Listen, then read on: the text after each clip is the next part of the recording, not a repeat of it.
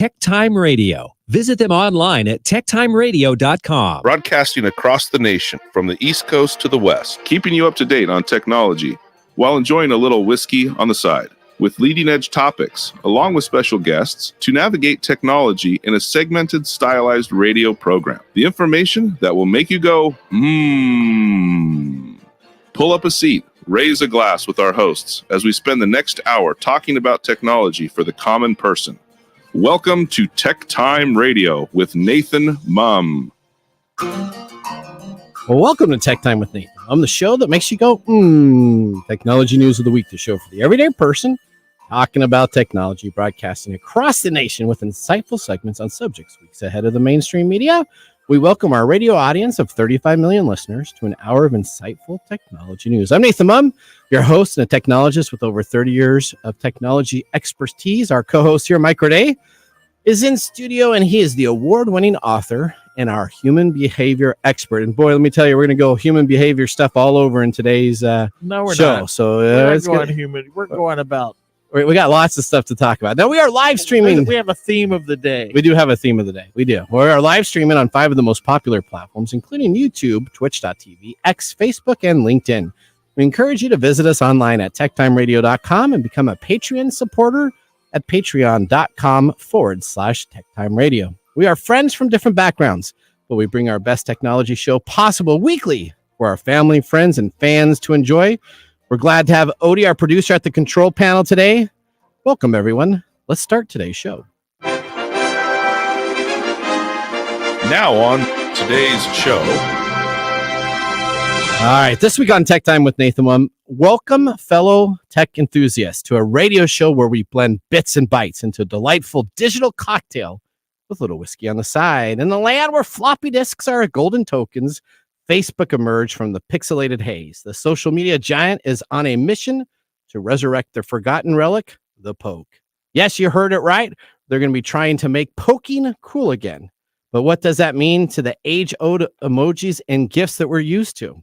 We also explore the quirky revival of their digital transactions and interactions with poking. Meanwhile, Nvidia, the graphics powerhouse, is flexing its AI muscle. They've harnessed an artificial intelligence to transform game characters into chatbots. Imagine having a conversation with your favorite video game hero. How surreal. But will this technology revolutionize the gaming or lead to unforeseen consequences? Hold on if you have a Wi-Fi router, because Nintendo's portable online play is about to go dark. It's like unplugging your Game Boy mid-Pokemon battle. Utter chaos. Will this move be the end of our pixelated plumbers, or will they unveil a warp pipe to a parallel universe where lag doesn't exist? And speaking of games, the prestigious Game of Awards crowned Boulders Gate 3 as the Game of the Year in 2023. Join us as we celebrate this epic fantasy adventure and discuss what makes it a standout title. And don't touch that joystick. We've got our fan favorite segment, Letters, where we decode your scamming and phishing emails and sprinkle them with a little pixelated stardust. So grab your VR headset, adjust your tinfoil hat, and join us on Tech Time Radio with your host, Nathan Mumm. Now it's time for the latest headlines in the world of technology. Here are our top technology stories of the week. All right, story number 1. Are you ready, Mike? Here we go. Portable online play is about to go dark. Will this be the end for Nintendo? Let's go to Corinne Westland for more on the story. What happens when you shut down an online community of over 12 million users? Nintendo is about to find out. Online play and other online communication functionality will end for Nintendo 3DS and Wii U software at 4 p.m. Pacific Daylight Time on April 8, 2024. This also includes online cooperative play, internet rankings, and data distribution. This applies to the following units: the new Nintendo 3DS, new Nintendo 3DS XL, new Nintendo 2DS XL, the Nintendo 3DS, Nintendo 3DS XL, Nintendo 2DS, Wii U Deluxe, and the Wii U Basic. Nintendo stated, "We sincerely thank players for using the online services of Nintendo 3DS and Wii U software over a long period of time, and apologize for any inconvenience." What the heck? What's that? What the heck is going on? I thought they were just taking the store offline. No, they're taking the whole online play. They're taking the whole online platform down. That is correct. And you can buy a That's brand new crazy. Nintendo 3DS as of today. You can buy that. And there's also called exclusive softwares that come with these new Nintendo 3DSs. Any of the exclusive software that has online play, and essentially exclusive software was games that couldn't play on the old Nintendo DSs because they didn't have the processing power, and they would come preloaded or downloaded on the game itself with online play. All those games go extinct like the dinosaurs. Okay, what is the excuse for it? Why are they doing Well, this is nothing new. Online games have done this before. EverQuest once dominated the online world, and it decided to close its servers down. World of Warcraft became very popular after that. So it's not that this is a new thing to do, but this is absolutely going to make a big dent. Nintendo's always been about portability. It's been about playing games. I've gone on and I play an NBA 2K game in there, and I go online and I'll find somebody in the lobby and play. This would be like equivalent to Xbox. We all have an Xbox subscription but pass. this could also be It'd be like just dying and you couldn't play any online games with those. Now, Nintendo wants to make sure that they have some details very clear. You'll still be able to play offline with the online service ends. So if your game has an offline component or a story already pre-built into it, you'll still be able to play those services. So that's like Star Wars Battlefront, right? Yeah. There's an offline component that you can play that through you missions. can play through mission, Yeah. right? But the reason why people play that game is for the online game. That's correct. So again, why? Well, they have said that they may still continue to have online services for two games, Pokemon Bank and Poke Transporter. So I guess those are two games that they said that they will still allow people to play. So I think the Pokemon Bank is how you transfer characters back and forth from game to game. Is this because they're not making enough money? Well, they're saying that they're ending their services. Third-party publishers will also end services that are on their platform. So unless a third party spins up their own server, this will also be down itself. Now, you'll still be able to download and update data of your purchased software. So if I purchased a game online, like Mario Brothers or anything like that, I can still go and download the game in the store. So I haven't lost this. But it does say that you will lose all of the online purchase options that are available, and that you will not be able to have any of the Nintendo eShop content, which was really big in the Wii. That was like the whole Wii environment where you could interact with everybody. That will be turned off.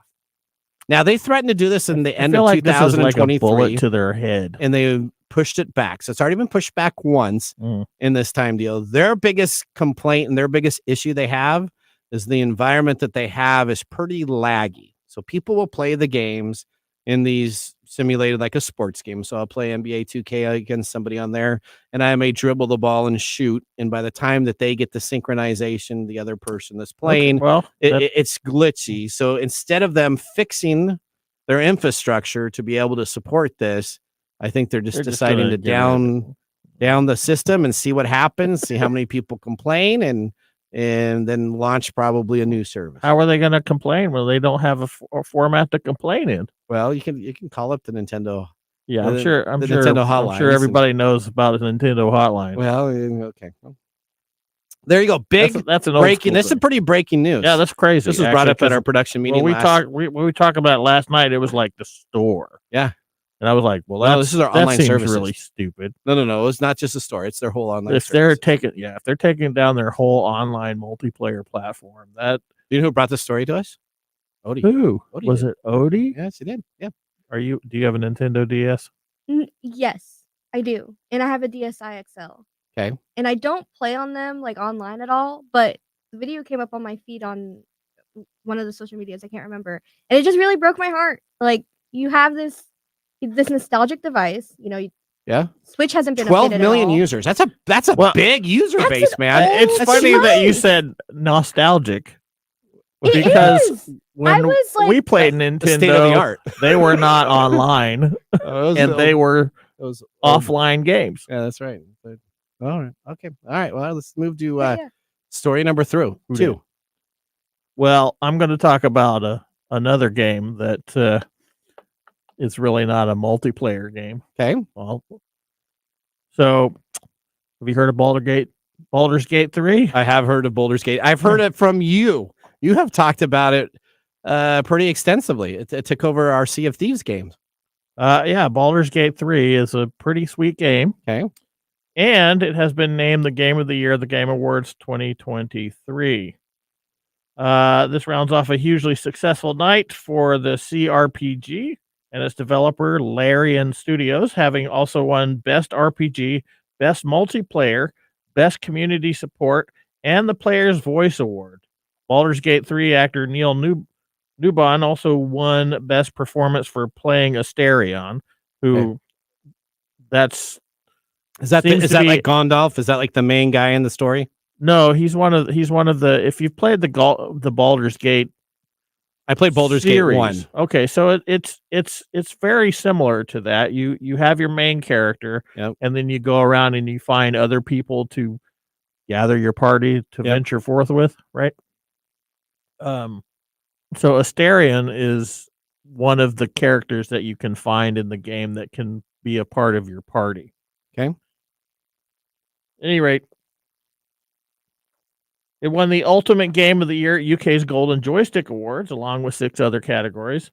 The runaway success of Baldur's Gate 3 has come as a surprise to many, not because its quality is in question, but because it belongs to a genre that many seem to be inaccessible to have wide appeal. Instead, Baldur's Gate 3 has attracted genre diehards and more casual fans, perhaps hooked by the characters more than anything else.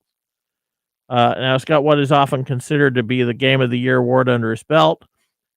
Not bad going for a revival of the series that hadn't had an installment since Baldur's Gate 2, which came out in 2000. In case you haven't checked it out already, then fret not. You don't have to play the previous 2 games to get what's going on here, but you should check them out anyway because they're great.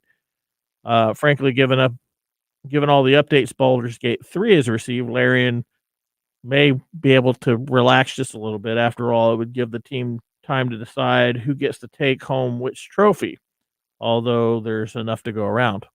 All right, so you play this game. Yeah. Why do you think it won Game of the Year, in your opinion? I think it won Game of the Year. A lot of it, in my opinion, is because this doesn't follow what has become a norm in the gaming industry. Okay. They did not release this as an early access game. Okay. It's not a pay. It doesn't have any microtransaction pay to play. Oh, no microtransactions at all. I think it can be modded. Okay. But the game was released as a complete game, and they did a lot of the debugging and things of that before it was released. So it wasn't really buggy when you actually played it. It actually worked. You didn't have to wait for a patch. Fine. There were patches that came through because they had certain things that weren't working correctly, but they were very responsive. Also, it's also taking advantage of the RPG craze, which is the Dungeons very and Dragons, very big nowadays with Critical Role and all those other RPG game shows, and it stands on a modified D&D 5e rule set, so people who play D&D can. Do you have to play it online with people, or is it an offline experience? It can be offline and it can be online. Okay, so I play it offline. You play it and you enjoy it offline just as much. Oh, absolutely. Yeah. Okay. I mean, and there's tons of stuff to do. So it's not just a straight. Is it like Skyrim? Because I played Skyrim.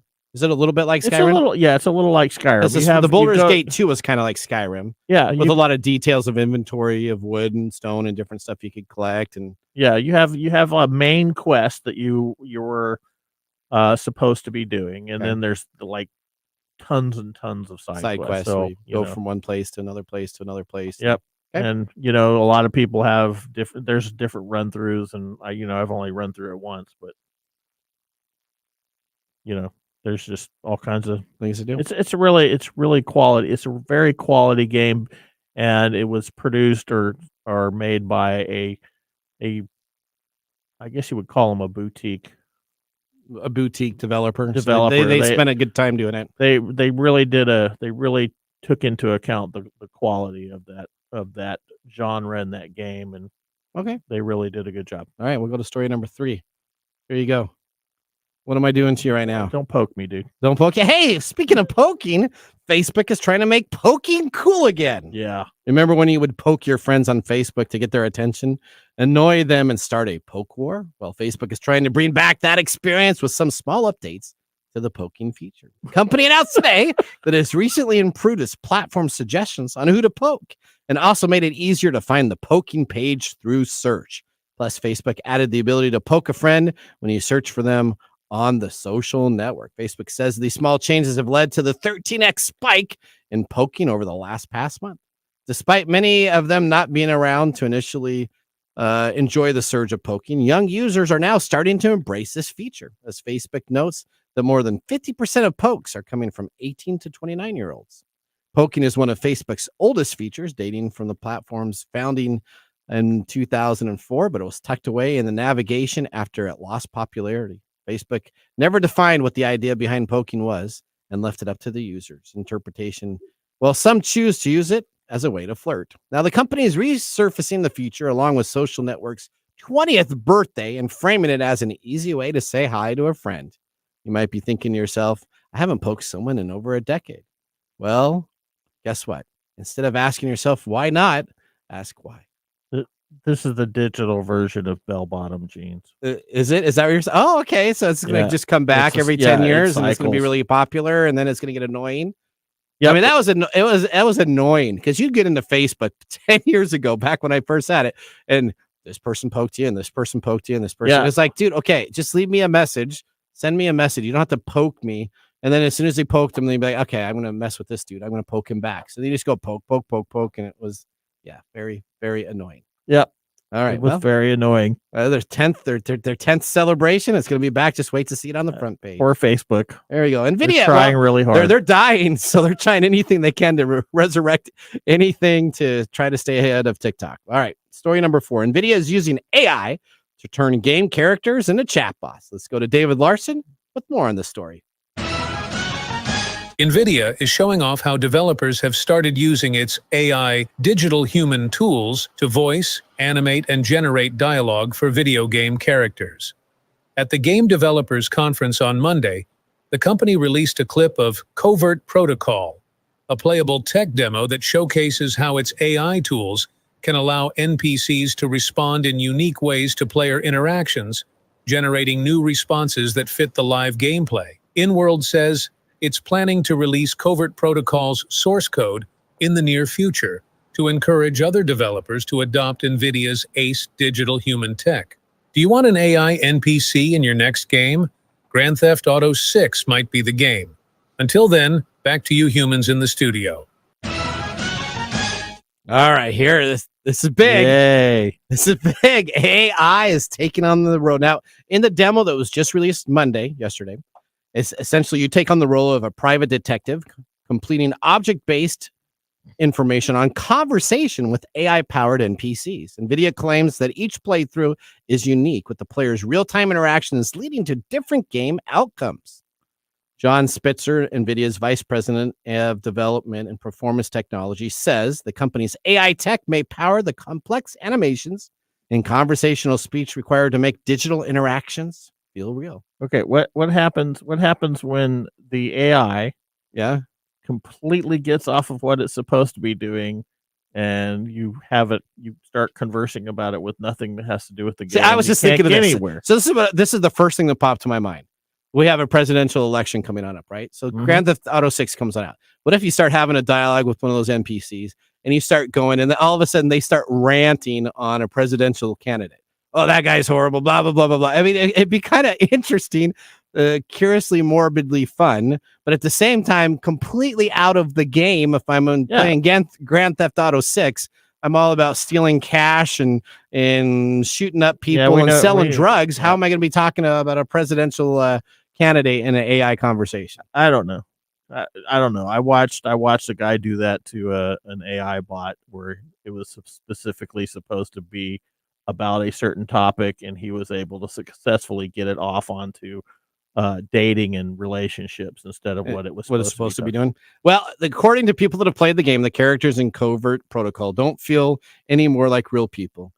than those in the previous demos, but it's unlikely to soothe disgruntled video game voice actors who are concerned about how AI adoption will impact their careers and livelihoods. Now, I can see AI taking some aspects on the non-important NPCs, right? So if you have somebody over on the beach doing something of not large importance, I could see that being an issue where you could just go and have a chat GPT session with a character that you have in there. But I don't know how you do this for your real live. If this is like the main character, I'm playing Red Dead Redemption or one of these type of stuff, and I'm supposed to be in this Western type of theming, and all of a sudden it starts talking about stuff that's current in today's world. I mean, that would really not have me in the environment itself. The cool thing would be, if you're like why can't I even say it right now? Red Dead Redemption 2, you could go walk into a saloon and have a chat with the saloon owner. That would be cool, right? Okay. But what wouldn't be cool is if he started talking about current events. Yeah. I don't know how they're going to put into that, but I don't know. I'd rather them have the Jumanji movie series is all about like these NPCs, the new reboot with Rock and Kevin Hart. And it's very funny when they have the NPC conversations because they're very dialogue specific. And so it actually brings some humor to the film. I don't know I don't know how I feel about that. Well, that ends our. Are you saying that you're not sure about this? So that would use not of be, AI? no, that would be like, the whole idea about NPCs is that you can you get the same lines no matter what you say on your 4 dialogues. You're still going to get the same outcome, right? Yeah. I took an arrow in the knee. Well, that ends our top technology stories of the week. Moving on, we have our letters segment up next with a few submitted articles by listeners. Buckle up, tech enthusiasts, as we drive our show 88 miles per hour into our next segment. See you after the commercial break. This is Mark and Greg for Copiers Northwest with a terrific offer called Printer Care Plus. It's simple. Buy HP printer cartridges from Copiers Northwest and we'll service your current printers for free. That sounds too good to be true. It's made possible due to our HP Copiers Northwest relationship. Copiers Northwest is an HP Platinum partner, one of only 2 in the entire Northwest. And now with Printer Care Plus, Copiers Northwest will provide free printer service as long as they purchase genuine HP cartridges from Copiers Northwest. That's right. IT departments no longer have to service printers or fix paper jams with Printer Care Plus. They can focus on more strategic initiatives and let our experienced technicians keep their HP printers up and running. Sounds like a love-love relationship for IT departments. Don't get too carried away. So how do they get more details on Printer Care Plus? Call Copiers Northwest today, 206-282-1200, or visit copiersnw.com. Copiers Northwest. New ideas, new solutions.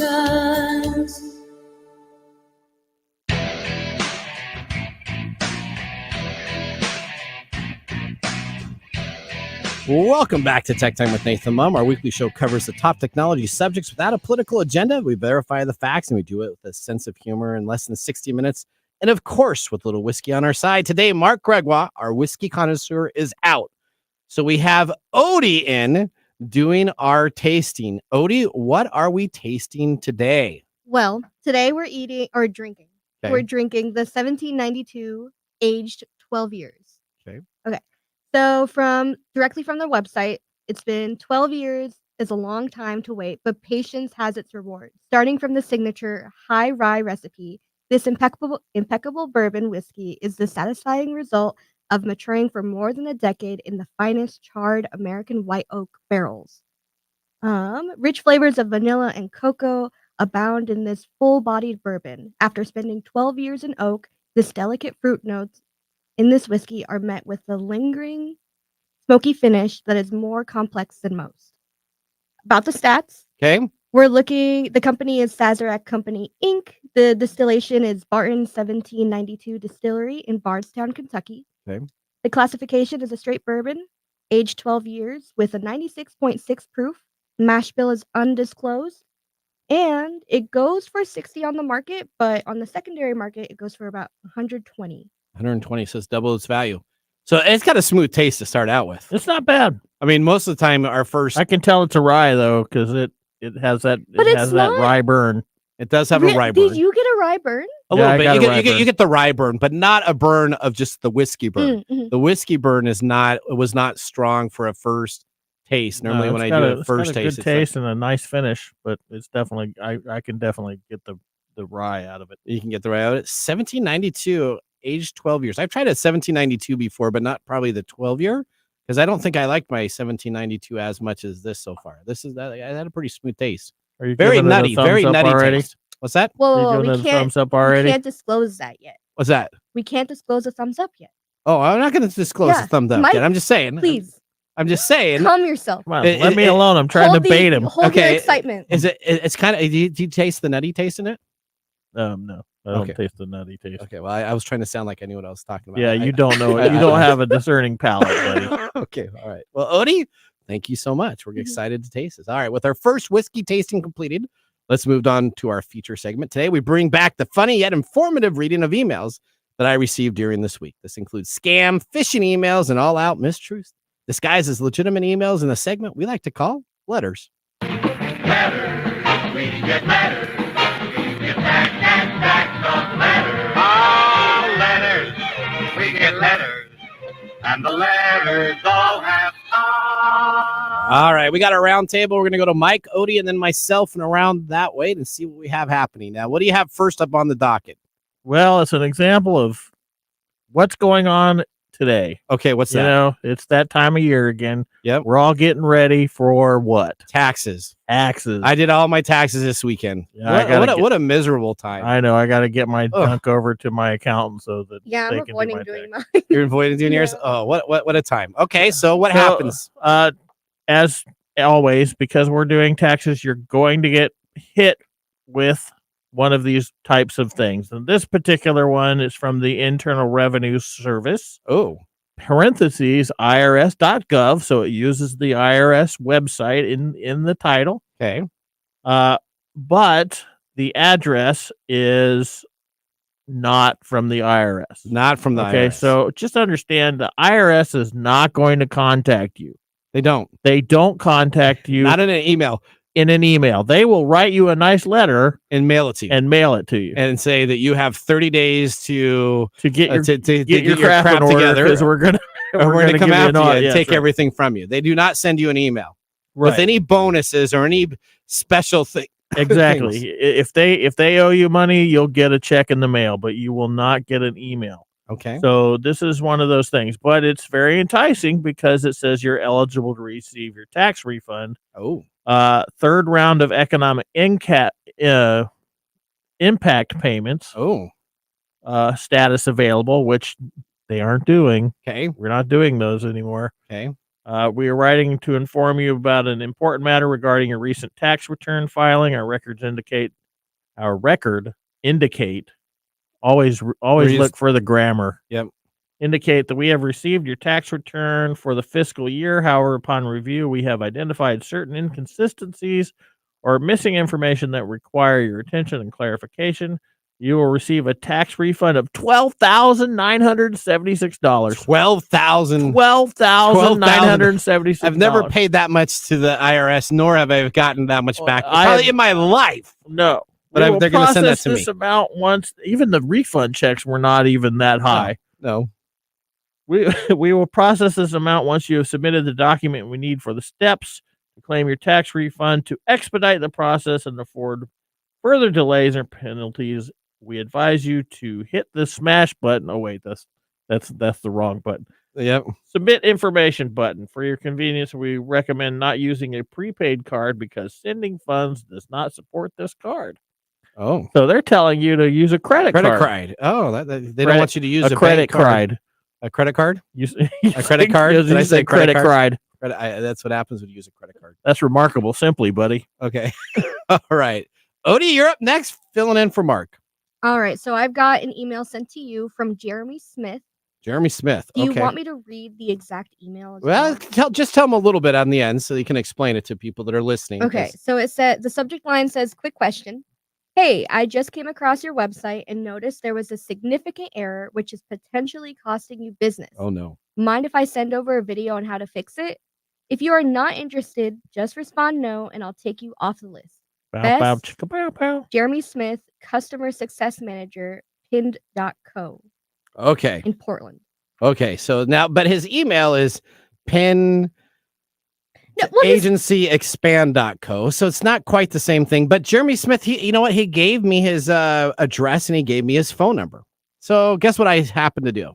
I decided to go on to Google Maps and to take a look at this location because this is in Portland, Oregon. It must be taken care of. So what does that picture look like right there?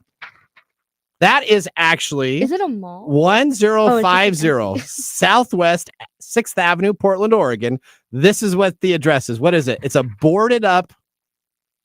It's a boarded up storefront. It's a boarded up storefront that used to be a McDonald's. Okay. It was a Yeah, it McDonald's. has nothing on it. There's nothing on there. There is no that's a recent photo. Guess what happens when you call the phone number?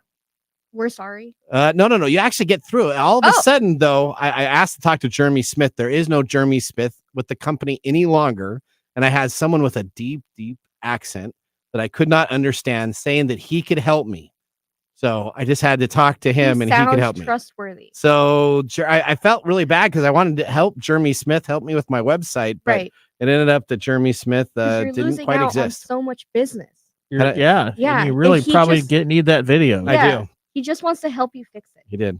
There you go. All right. So my next one here I got from Nathan Mumm at Hotmail. I got Xbox Microsoft Corporation, but the email address is support KERYD28150 blah blah blah blah blah BA at Trails MB. I mean, look how big that code. Yeah, that's a like long typing one. in a code for a redemption of a game where they have all those codes that they That's do. worse than a Yeah. redemption code. It is. My Xbox bill payment was unsuccessful. Oh no. Now Yeah. I have an Xbox Well- membership through the Xbox company store because I used to work there. At And it's least for like the At least it's not 2027. Nintendo, because then you could just be like, well, sorry.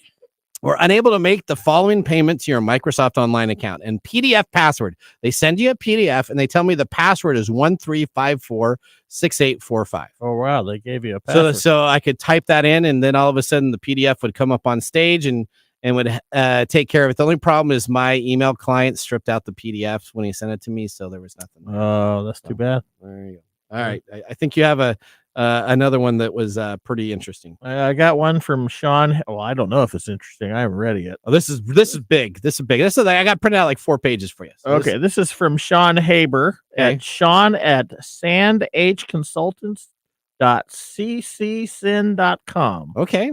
Tired of weekly payments is the subject. Okay. So this is hello, Nathan Mumm. As part of our commitment to providing flexible solutions, we're pleased to introduce an option to simplify your payment process. Tired of weekly payments? Consider switching to a monthly payment plan with the added benefit of a line of credit. This new arrangement offers the convenience of a single monthly payment, streamlining your financial management and providing more flexibility in your cash flow. Additionally, the line of credit ensures you have the necessary financial support when you need it. So this sounds really So this sounds is really good, except for it really begs the question: who are you and why? Okay. What are you talking about? So now they send you a link that says it opens a DocuSign document. DocuSign application. So you click on the DocuSign. Okay. What happens when you click on the DocuSign is take a look up there on the internet header itself. What does it actually open up? Now, if you open up a DocuSign owns DocuSign.com. That is their site. They've had it forever. What happens when you click on this? This is powerforms.docusign.net, and then a string of alphanumeric. Okay, so they actually purchased. So it's a PowerForm, which is a third-party provider, not a DocuSign document, and essentially it is owned by DocuSign.net. Now, to do some more research on here, the document looked legit. It asks you for social security numbers, your last 2 pay stubs, your stuff that you would normally need to get if you're going for a business loan itself. But then all of a sudden, when you take a look at that address, you say, well, the real page is DocuSign.com. So who is the owner of DocuSign .net? By doing some research, by using a who is, we actually found out the owner of DocuSign.net. And what is that company? That Mark Monitor Inc. Mark Monitor Inc. And where are they located in? Meridian, Idaho. Meridian, Idaho. Okay, so now guess what happens when you actually go and take 3 of 5 stars in the Chamber of Commerce. The Chamber of Commerce rating. Now let's go and take a look at their information at their rating from their Chamber of Commerce. This is kind of their question and answer. They actually only employ 2 to 5 people. And the individual does not have a storefront in Idaho, but it's an individual listed as the business itself. Now, this is an individual that has purchased a domain that looks like DocuSign to essentially work with people outside of the country to scam money.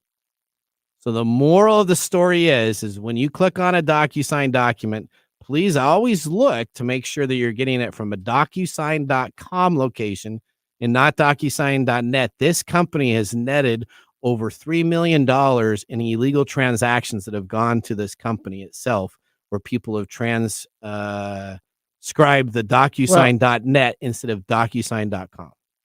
Okay, so we use DocuSign quite a bit, and this doesn't even look like a legitimate DocuSign. It does not. It does not, because it comes on up and it puts a little check mark on your top left-hand corner. Do you want to authorize it? It does not, but it has the name DocuSign. Well, of course, it has a name DocuSign, but again, what should you do? You should look at the URL to make sure it's correct. That's right. Look at the URL. Okay. All right. Last one to Odie. Here, Odie, you're last. Here Okay, cool. Well, we've got this one from Mark Members, and the email is ibu2009-634@xmu.edu.my. Okay, IBU, huh? IBU. Okay. IBU. Okay. Now, the subject line says 12 pictures, Mark Members. From Mark, it's a forwarded message, first of all. Okay. And then it says, from Mark Members, my old images. I'm assuming you still remember a couple of them. And then a link, a web link. Creates a To see the pictures? Yeah, see the I'm pictures. assuming so. Ooh. And then at the end of it, it has a very long disclaimer. Okay. And what's the disclaimer? Oh my God. I don't even. Okay. It says this email and any attachments are privileged and confidential information and is intended solely for the use of the individual or entity. If you are not intended recipient, you are hereby notified that you are any disclosure, blah, blah, blah, blah, blah, blah, blah. Any opinion in this email may not necessarily represent the opinion of XMU, Jin, Education Development, SDN, BHD, and or its subsidiaries related Which is not even the domain list that they sent it to in the email. Or entities, XMU. XMU neither warrants the integrity of the information transmitted nor accepts liability, including but not limited to all liabilities for computer viruses arising out of or in respect of this email or its attachment. All right, so you click on the link and guess what? It opens a naked lady. Oh, naked lady comes on up on your screen immediately. Really? Yep. So I mean, that's what I felt like there was a mystery there. No. So you click on the link and the naked lady pops up. And then what immediately does is it says, click here to see more pictures. Oh, so it's a bait. So it's a bait. So then when you click on that, it starts downloading a virus onto your machine itself. And if you would actually click on it, what would happen is you would actually be using the Lockbit tool that we've talked about them hacking. This is a Lockbit essentially sponsored event, and your computer would be crash. Any computer on your network would be crash, and you would be infected. Did you click on the? I clicked on a testing in a testing environment. Well, yep. he can do it. And He'll I be didn't compromise any computers. I know, because you have your dedicated computer. I'm just curious to know if you went further. I did not, because as soon as it starts trying to download something into your download file, you know that you're in trouble. So be careful. There's scams like that all the time, and they're getting more and more aggressive. I mean, if you shouldn't. Why would you click on a link from some dude that you don't even know? Yeah, a good rule of thumb is if you don't recognize it, don't open it. There's so many reasons why people fall for this. There's so many reasons, and it's all based on your psychology. Is it? All right. Well, that ends our letter segment. Up next, we have This Week in Technology. So now would be a great time to enjoy a little whiskey on the side, as we're going to be doing so during the break. You're listening to TechTime Radio with Nathan Mumm. See you in a few minutes. Join the fun and grab tickets to GeekFest West, the 3-day Geek Festival extravaganza of fun and entertainment that will take place on the third weekend in July. Learn more at geekfest.com. GeekFest will feature diverse activities, including a film festival, vendor hall, street fair, outdoor music festival, cosmic cosplay, and video game tournaments. Join us at GeekFest West, the ultimate celebration of geek culture. To learn more, visit geekfest.com. That is geekfest.com. And now, let's look back at this week in technology. All right, we're going to go back to March 18th, 1974. Atari introduces Grand Trek 10, a car racing video game.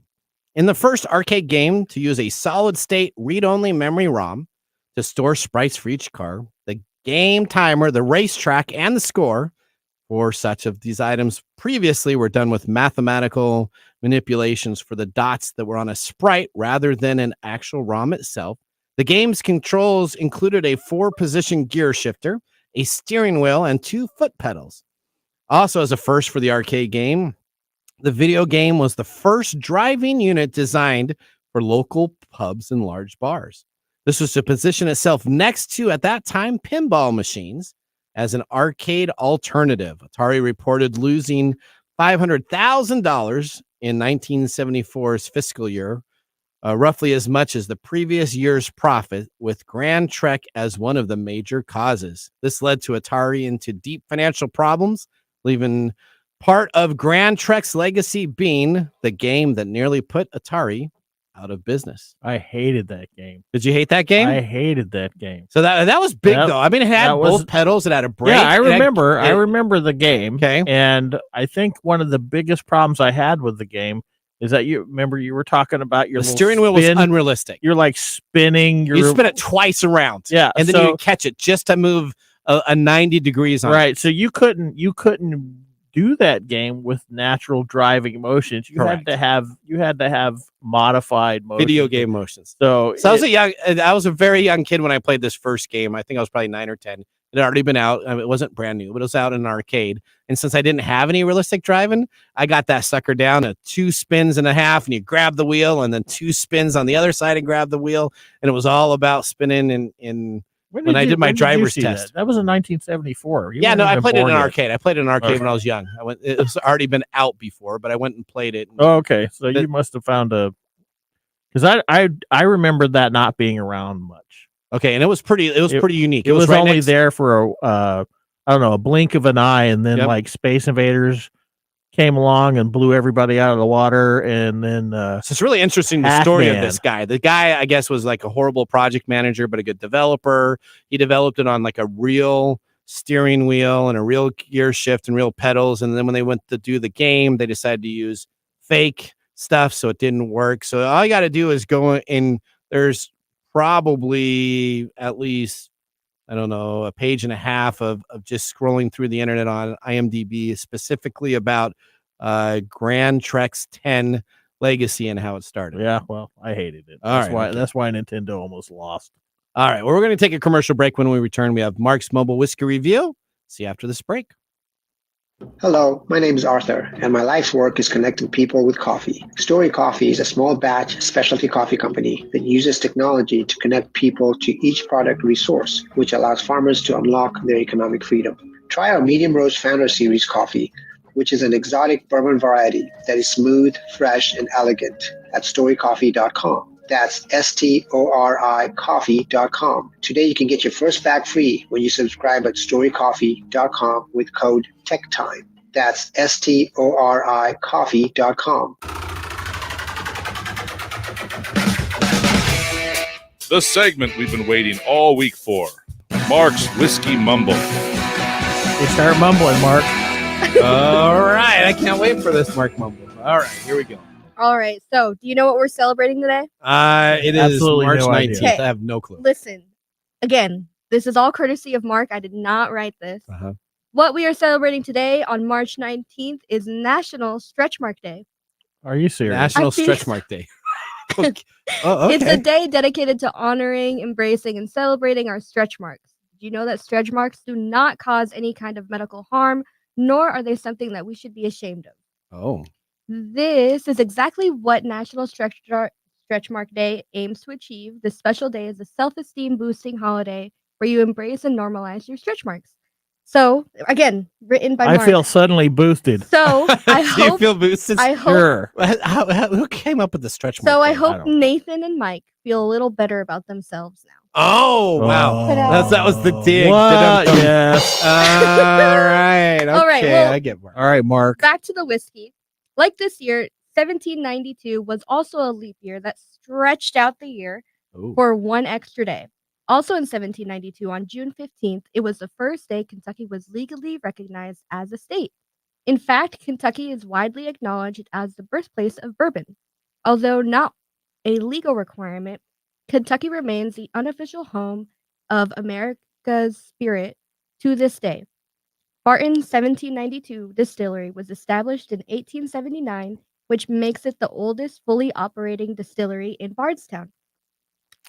Why they do 1792 then? They That's- should be You know- it should be 1846 Yeah, or it should whatever be the that- heck that- it is. For Mark, Okay. finding this $60 whiskey is a great buy. There are not too many whiskeys with an age statement of 12 years that deliver this type of solid and consistent deliciousness at this price point. There is nothing fancy, unique, or overly complex about this bourbon. It is a quality pour delivering a rich mouthfeel that combines sweet caramel and dry oak. Mark hopes the team in the studio enjoys this while he's out today. Yeah, not after the stretch mark comment. You know. Yeah, it's benchmark. Wow. I know this is good though. I am liking it. I'm liking it. I would absolutely have that on my bar at home. Yeah, you It's have right in the right price range, $60. You- I wouldn't pay the 120 secondary market price. you but have if I found Mike's it for Hard 60 Lemonade on your bar, so What's that? you have Mike's Hard Lemonade on your bar. I do. I also have a Screwball too. Well, Screwball's pretty good. All right, well, Screwball's Mark pretty good. and Odie, thanks for the mumble. You're As welcome. always, whiskey and technology. What a great pairing. Just like Mario and Luigi, the most famous plumbers in video game world. Really? There you go. Let's get ready now for our technology fail of the week, brought to you by Elite Executive Services, technology experts to help you out of a technology fail. We are out of time. Congratulations. You're a failure. Oh, I failed. Did I? Yes. Did I? Yes. Did I? Yes. All right, now we're going to talk about another video game. Apex Legends players worried about a flaw in the game after the ALGS is hacked. Now, the ALGS is the Apex Legends Global Series. This is essentially a tournament put on by Electronic Arts, and they had to postpone the North American finals after hackers compromised players mid-match during the tournament. ALGS is, again, the esports tournament series where players compete in a fast-paced strategic battle royale game. The series is structured around matches including qualifiers, regional competitions, and of course, the major tournament culminates into a championship event with large prizes. During match 3 of the NA, one of the players suddenly displayed a cheat tool called TSM Hal Al Hook. The hack resulted in the players being able to see the positions of all the other players on the map, giving him an unfair competitive advantage. The hacker then struck again, this time giving players the Imperial Hall and aimbot. The tournament admins eventually intervened and shut down the match. Now, an aimbot is one of those that will automatically aim in the center of the person. You hit the deal and then you get a kill. The game's developers have not yet confirmed anything, so it's unknown if the impacted players were compromised earlier or if the hacking was done on the fly during the matches. However, the hacks happened, and this is unprecedented occurrence in the ALGS history, as there has never been a case of players hacked mid-match, causing the suspension of their tournament. There you go. So all these geeks getting together to play in this national tournament. They're playing in the middle of the game, and it's like a hide-and-seek type of deal. And all of a sudden, your heads-up display comes on up, and it sees every player on the map. Yep. And so then they had to cancel it. There you go. All right. Well, always cheaters. There you go. Well, we're going to head out to our last commercial break now. When we return, we have Mike's mesmerizing moment brought to you by Story Coffee and a possible Nathan Nugget. See you after this break. How to See a Man About a Dog. It combines darkly comic short stories, powerful poems, and pulp fiction prose to create a heartbreaking and hilarious journey readers will not soon forget. Read How to See a Man About a Dog, collected writings, for free with Kindle Unlimited. Ebook available on Kindle, print copies available on Amazon The Bookpository, and more. This is Mike's mesmerizing moment, presented by Story Coffee. Visit storycoffee.com. All right, Mike, we're staying in the video game realm here. So let me just tell you about a report that came out from Call of Duty's new voice chat moderation tool called TextMod.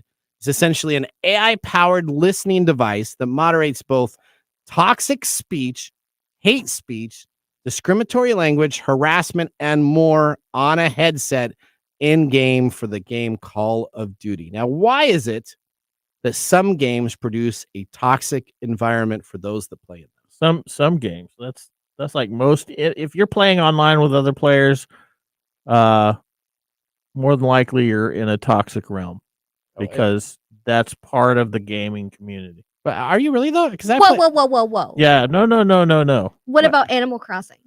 Yeah, so if I said in most cases. Okay, so I'm I playing didn't Mario say all Brothers. cases. Okay. In most cases. Okay. I'm sure there are people that play Animal Crossing in a multiplayer environment that find some way of griefing. It may not be as bad as places like Call of Duty who are trying to enact this thing, but one of the first things is obviously is the mask of the internet. Okay. Right there, it's people that are anonymous for the most part and allow them to get away with harassing, toxic language and things of that sort. Secondly, it's most of these games are competitive in nature. Yeah. And part of competitiveness, the staple has been crap talking the other players. Okay. Right? So that's a thing that's has always been around, is trash talking the other player. So that's sort of a normal piece to it, but the anonymous piece makes it worse. And also, in many of these game formats, there's been studies that show that in these firefights or whatever, your adrenaline actually goes up in your body, and it can lead to angry outbursts and impulsive behavior. So there's three things that are attaching to this piece and creating these environments for toxicity and cheating. Cheating is a big one in many of these online platforms.